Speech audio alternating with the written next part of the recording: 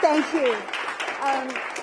Thank you. That's a challenging introduction to follow. And thank you. I really appreciate it, Stephen. And thank you to all of you who came today. It really means a lot to me. I want to tell you a little bit about the book and then read a few poems just to give you a quick idea of the flavor of the book. When a former CBC colleague who only knew me as a journalist found out that I'd written this book, she said to me, how interesting and odd. And I have to agree, it's slightly odd, but I don't think it's that odd because I do see parallels, as I've said before at Ryerson, between really good broadcast writing and poetry.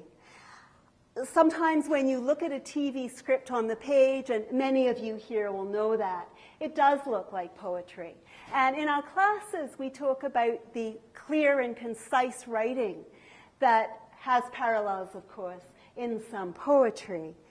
I've been told my poetry is quite clear and direct, and it's concise by definition. So I've certainly been influenced by my background in journalism. And I write because I have a strong need to communicate, which is to say a strong need to reach all of you. So I really hope that you enjoy this book, these poems. I don't know, is this mic doing anything at all? Okay, I'm so used to projecting that I'm wondering. All right, now many of the poems in the book, I have to say, were inspired by the illness and the subsequent death of my father. But I want to begin by reading a poem which is about the death of somebody else's father.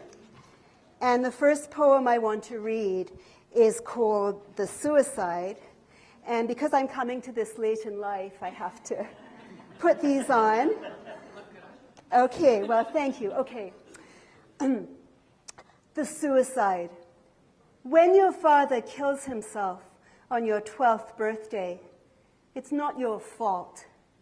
He wasn't thinking about you or your mother with her sad eyes when he jumped off the bridge, squinting into the winter sun. Nothing, even the bungee cord of your deepest, tightest love, could bring him back. And so, not now, but maybe in 10 years, when you know his absence in your bones, but no longer call out in your dreams, when you stop seeing him on the bus, in the park, in the store, always walking away from you. Someone will say, "Happy birthday." And for the first time since that day, you will for a moment forget that you weren't enough. Now the second, thank you. The second poem I'd like to read is the title poem in the book, and it's called What is the Sound of Someone Unraveling? You have to know what to listen for. A sigh that catches wetly in the throat, the clip, clip, clip of nails being trimmed, the clink of the green coriander bottle placed next to the rosemary, and then the oregano, as if some kind of order were possible. What did you expect anyway? A howl? The sound of someone unraveling is a low hum, like restless bees at the summer's end, just as the cold closes in. And now, thank you. And now, I'm going to change the tone slightly. For those of you who know me, you'll know why I'm reading this. A brief meditation upon housework.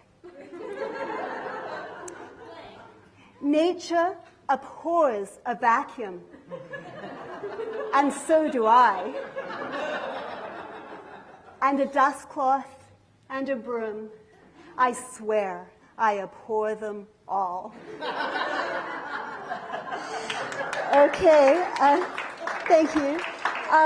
The next poem I want to read is inspired by one of my wonderful children who's here today, Julia. Oh, there you are, Julia.